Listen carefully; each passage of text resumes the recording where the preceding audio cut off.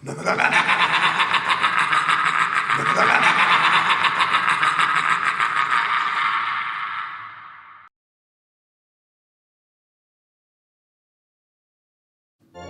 का समय था। हल्की हल्की बारिश के साथ तेज हवाएं चल रही थी।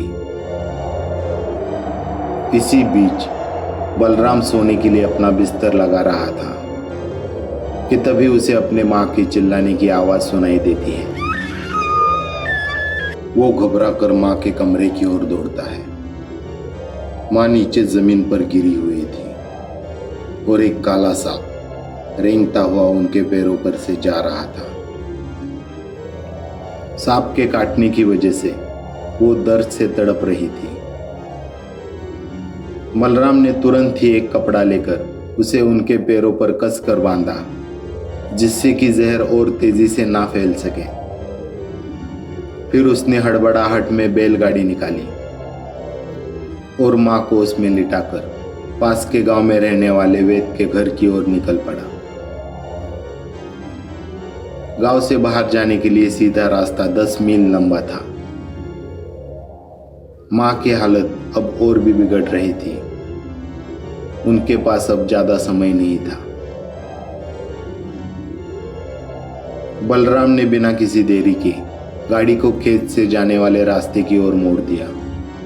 वो रास्ता गांव से बाहर जाने के लिए सबसे नजदीकी था, पर कई सालों से गांव वालों ने उस रास्ते को खबीज के डर से बंद कर रखा था। बारिश अब और भी तेज होने लगी थी। इस वजह से बलराम की रस्सी पर से पकड़ अब ढीली होने लगी। उसने रस्सी को कसकर पकड़ा और गाड़ी को और तेज भगाने लगा। दोनों बैल भी हवा को चीरते हुए आगे बढ़ रहे थे। गाड़ी में लगे घुंघरूओं की आवाज सुनसान रास्ते पर चारों ओर गूंज रही थी। बलराम बीच बीच में मां को आवाज लगा रहा था, आंखें खुली रखो मां, आंखें खुली रखो, हम जल्दी ही पहुंचने वाले हैं। उसने अब तक आधा रास्ता तय कर लिया था। गाड़ी तेजी से आगे बढ़ रही थी। अब बस आधा रास्ता बाकी था। तभी अचानक से गाड़ी बीच रास्ते में ही रुक जाती है। बलराम बैलों पर चाबुक चलाता है, उन्हें आवाज लगाता है, पर वो अपने जगह से हिलने के लिए तैयार नहीं थे। ऐसा लग रहा था किसी से डरकर वो पीछे हट रहे हो।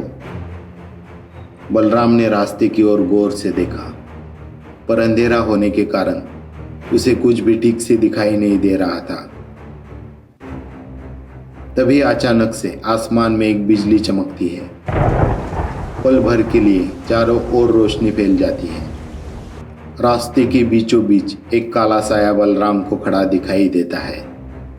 वो धीरे धीरे कर आगे बढ़ रहा था। उसे देख दोनों बैल पीछे हट रहे थे। बलराम ने रस्सी को कसकर पकड़कर आवाज लगाई, कौन है वहां पर?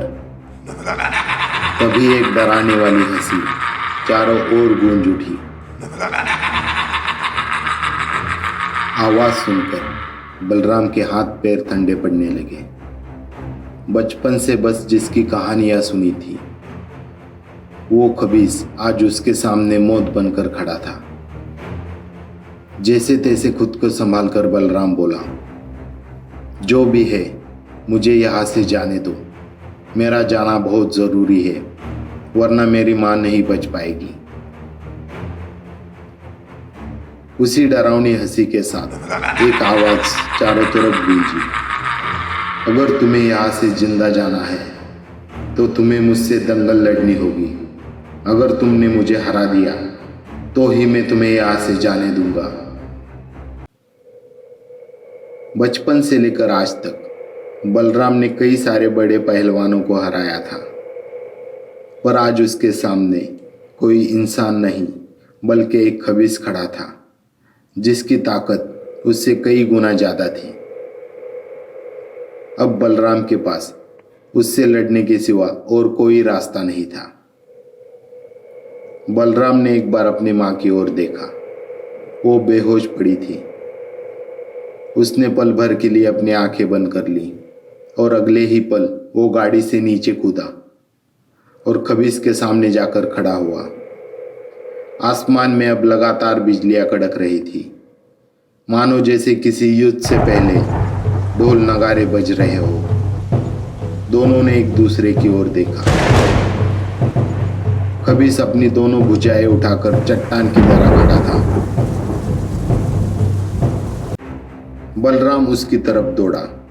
उसने झुककर खबीस की कमर पकड़ने की कोशिश की, पर वो कुछ कर पाता उससे पहले ही खबीस ने उसे पलक झपकते ही उठाकर नीचे पटक दिया।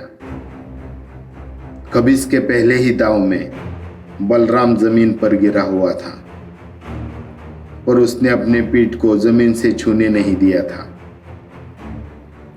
वो फिर से खड़ा हो गया और खबीस की ओर आगे बढ़ा। दोनों की भुजाएं एक दूसरे से टकराई। बलराम ने अपनी पूरी ताकत खबीस को पीछे ढकेलने में लगा दी, पर खबीस अपनी जगह से 1 इंच भी नहीं हिला। उल्टा खबीस ने एक ही झटके में उसे 10 कदम पीछे ढकेल दिया। उसकी शक्ति के सामने बलराम की एक नहीं चल रही थी। वो बलराम को किसी तिनके की तरह हवा में उठाकर पटक रहा था, पर फिर भी बलराम डट कर खड़ा था। वो बार बार गिरने के बाद भी खबीस से लड़ रहा था। एक बार फिर से बलराम खबीस की ओर आगे बढ़ा। उसकी कमर पकड़कर उसे उठाने की कोशिश की। जैसे ही उसने अपना दांव लगाना चाहा, खबीस ने उसे उठाकर जोर से जमीन पर पटका। जमीन पे गिरते ही एक आवाज सुनाई दी। गिरने के कारण बलराम की एक पसली टूट चुकी थी। उसका दर्द उसे पूरे बदन में महसूस हो रहा था। अब वो ठीक से खड़ा भी नहीं हो पा रहा था।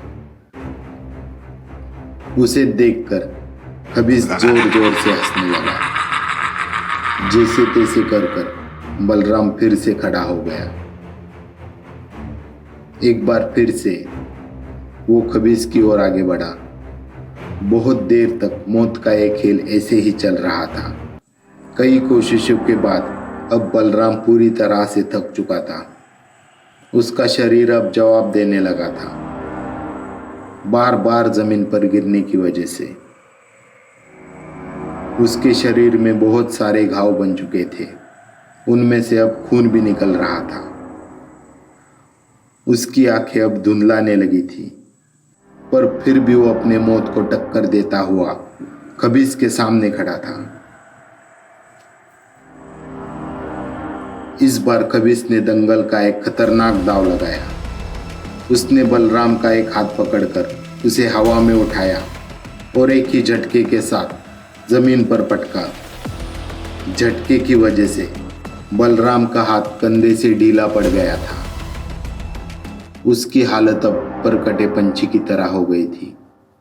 वो जमीन पर लेटे हुए अपनी मां की ओर देख रहा था। बलराम के शरीर के हर हिस्से में से खून बहने लगा था। उसे अपनी मौत अब सामने दिखाई दे रही थी, पर फिर भी उसका सारा ध्यान अपनी मां की तरफ था। धीरे धीरे बलराम की आंखें अब बंद होने लगी थी। अपने आखिरी सांस में उसने अपने पूरी ताकत के साथ एक आवाज लगाई, जय बजरंग बली। तभी एक कड़कती हुई बिजली आसमान से होकर जमीन से आ टकराई। देखते ही देखते बलराम फिर से खड़ा हो गया। उसने अपना टूटा हाथ कंधे से पकड़कर जोर से दबाया और आसमान की तरफ देख अपनी दोनों भुजाएं उठाई। वो फिर से खबीस की ओर दौड़ा। देखते ही देखते उसने खबीस को उठाकर जमीन पर पटक दिया। जमीन पे गिरते ही पूरी जमीन कांप उठी। खबीस की पीठ धरती को छू रही थी। बलराम उसके सीने पर हाथ रखकर आसमान की ओर देख रहा था। कड़कती हुई बिजलियों में उसे तालियों की गूंज सुनाई दे रही थी। उसे खुद पर यकीन नहीं हो रहा था। आज साक्षात उसने मौत को पटकनी दे दी थी। खबीस उसके सामने खड़ा होकर बोला, आज पहली बार मुझे किसी ने हराया है। जाओ, मैं तुम्हें यहाँ से जाने देता हूँ।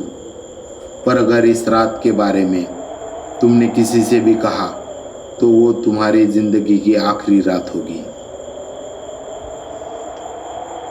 ये कहकर खबीस वहां से गायब हो गया।